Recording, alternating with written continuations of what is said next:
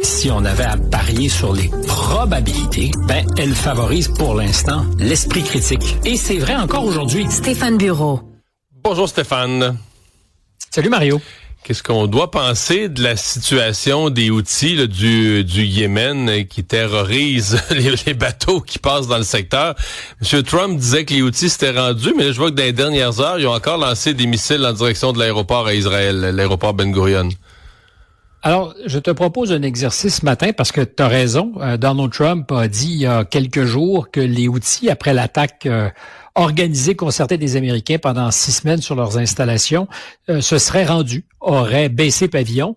Or, on constate que c'est pas tout à fait vrai. On pourra tirer la conclusion tout à l'heure. Est-ce qu'ils se seraient rendus aux Américains et auraient accepté de ne plus attaquer les bateaux qui battent pavillon américain, mais auraient continué d'attaquer Israël, avec souvent comme objectif l'aéroport Ben Gurion.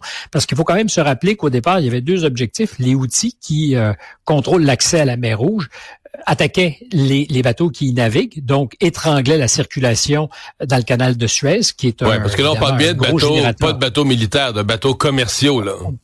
On parle de bateaux commerciaux, une grande partie du commerce mondial.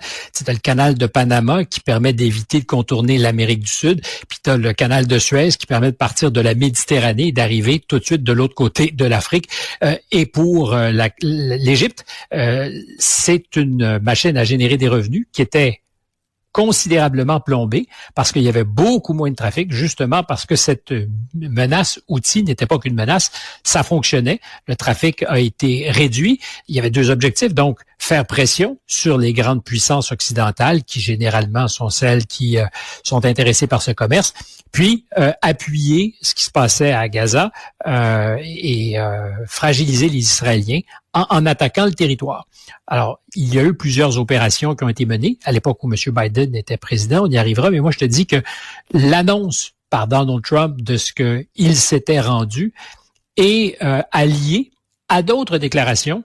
Une sur le bouclier américain, le fameux Golden Dome dont on parlait la semaine dernière, cette idée de sanctuariser les États-Unis, de les rendre inattaquables. Alors, je te dirais, moi, que c'est une manœuvre de diversion, peut-être pour faire oublier ce qui s'est passé en mer Rouge, et aussi, à terme, effectivement, une envie profonde qui est celle du repli des États-Unis, qui veulent se retrouver dans leur petite bulle de sécurité et qui vont peut-être tranquillement se désinvestir des théâtres d'opération où on les a historiquement vus.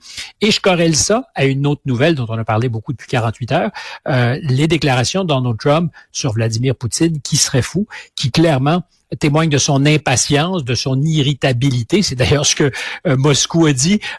Beaucoup d'émotions de la part du président Trump, peut-être parce qu'il est frustré. Je pense que sa vanité peut être un peu aussi froissée. Il s'attendait probablement à ce que son arrivée puisse changer les choses. Mais c'est ce qu'il a toujours dit, là.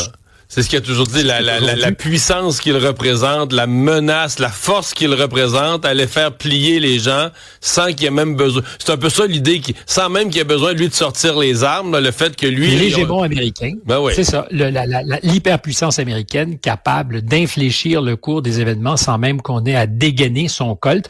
Et là, il perd patience. Et depuis quelques semaines, ce qu'on voit, c'est qu'à défaut d'une entente négociée, on sent que les États-Unis ont envie de se sortir de ce bourbier qui a coûté cher, évidemment, en matériel militaire, en argent, en aide à l'Ukraine. Pourquoi? Et c'est là que je te ramène à ce qui s'est passé depuis quelques années en mer Rouge. Premières opérations qui ont été déclenchées par M. Biden, Prosperity Guardian et Poseidon Archer, où les alliés anglais, français se joignaient aux Américains pour faciliter la navigation. Ça a été des échecs retentissants. Les Houthis ne se sont jamais tus, ont toujours été capables d'attaquer et de bombarder avec des missiles d'une manière ou d'une autre et de rendre la navigation très difficile, tellement que plusieurs des grands transporteurs ont choisi de ne plus passer par là parce que la protection, la Pax occidentale n'arrivait pas à imposer le cessez-le-feu ou des conditions de navigation qui étaient propices. Alors, on a dit, Donald Trump va changer des choses, il va jeter les gants, et c'est vrai qu'il décide d'une nouvelle opération, Rough Rider, du nom de ceux qui accompagnaient le président Roosevelt lorsqu'il a fait campagne à Cuba. et les Rough Riders, ou l'opération Rough Rider, c'est-à-dire on va rouler les mécaniques. Et on a déployé tous les moyens.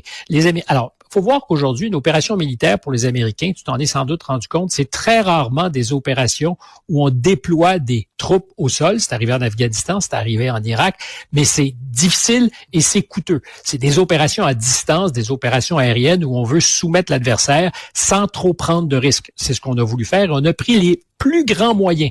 2 porte-avions dans un arsenal aux États-Unis qui en compte théoriquement 11 des porte-avions nucléaires. La réalité, c'est qu'il y en a généralement 6 ou 7 qui sont capables de voguer en même temps. C'est donc dire que plus ou moins le tiers des porte-avions américains étaient en mer Rouge. On a utilisé des F-35, la fine pointe de l'aviation de combat américaine, capable, dit-on, d'éviter à peu près toutes les menaces parce que furtifs. 6 bombardiers B-2. Ça, c'est là aussi ce qu'il y a de plus costaud, percutant et furtif, donc capable de passer sous les radars, d'éviter les batteries anti-aériennes. Et 6 de ces bombardiers, on pense que c'est le tiers, parce qu'il y en a une vingtaine.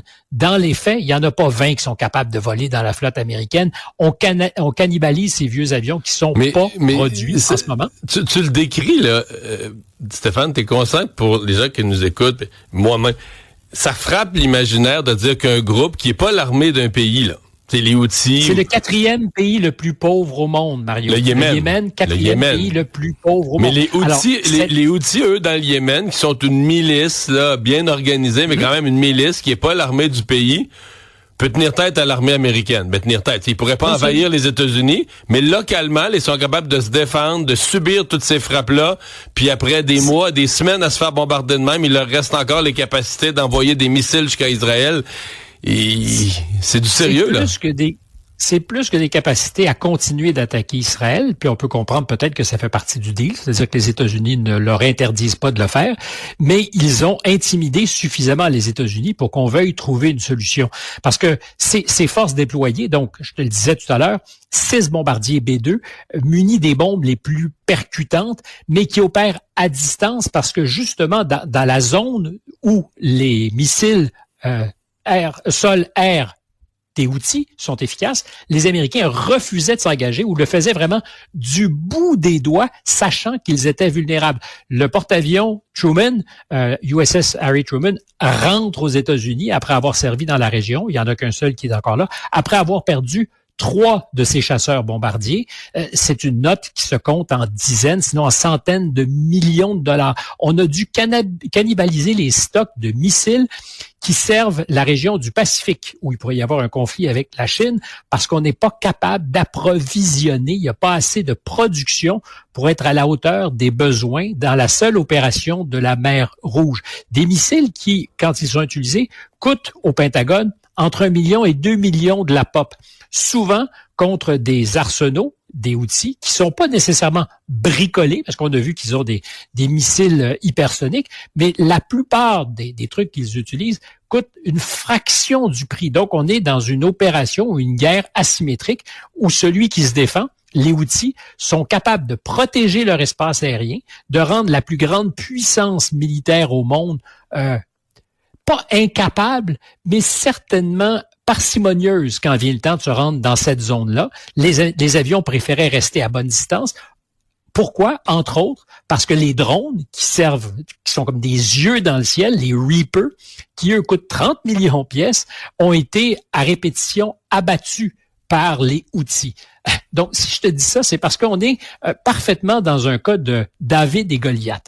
David, ce sont nos Houthis. Goliath, c'est les États-Unis. Mais c'est un Goliath, encore une fois, au pied d'argile et qui aura réussi probablement à convaincre, après les avoir bombardés pendant 6 semaines avec ce que les Américains ont de meilleur à offrir, les convaincre de laisser passer les bateaux qui battent pavillon américain sans les empêcher d'attaquer Israël, alors qu'au départ, cette opération militaire avait 2 objectifs, la libre circulation de la navigation et arrêter d'attaquer Israël. Dernière question.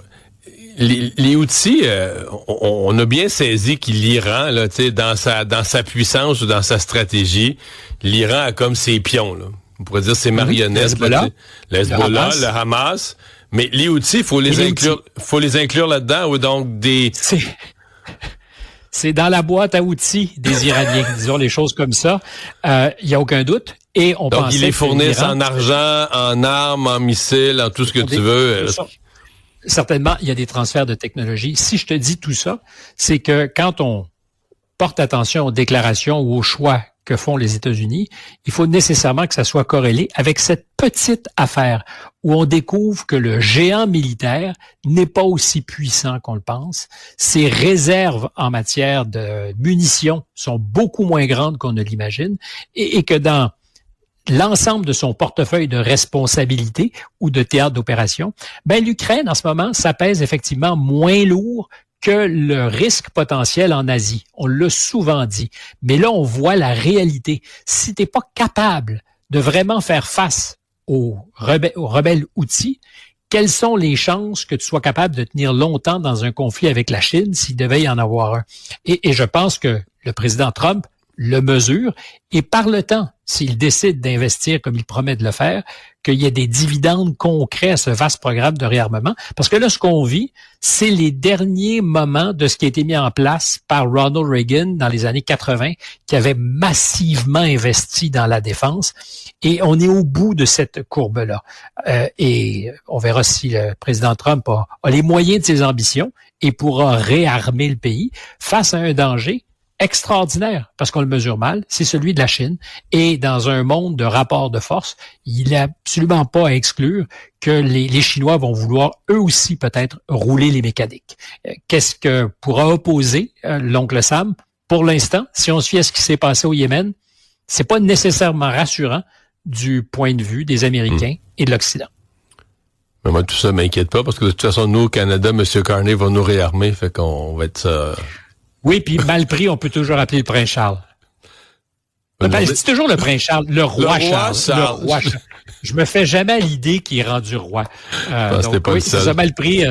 C'est comme la cavalerie. Tu as le roi qui arrive sur son destrier et qui viendra protéger les Canadiens. Bonne journée, Stéphane. Merci.